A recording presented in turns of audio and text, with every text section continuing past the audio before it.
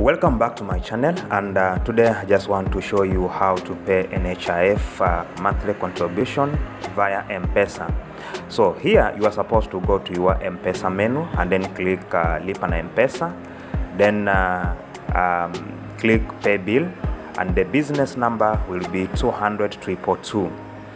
Then enter the account number, which is your ID number, and then enter the amount that you want to contribute for in your monthly basis. Then enter your PIN, then from there submit. So after you have submitted, you will receive the confirmation message from NHIF confirming your payment, and that is how it should be done. So after you have done that, you are done with payment of your NHIF contribution. And if you have defaulted, which means you'll have to calculate how many months that NHIF is demanding you, and then you sum up the amount you pay at once, just as I have illustrated. Thank you so much, guys. See you in the next video.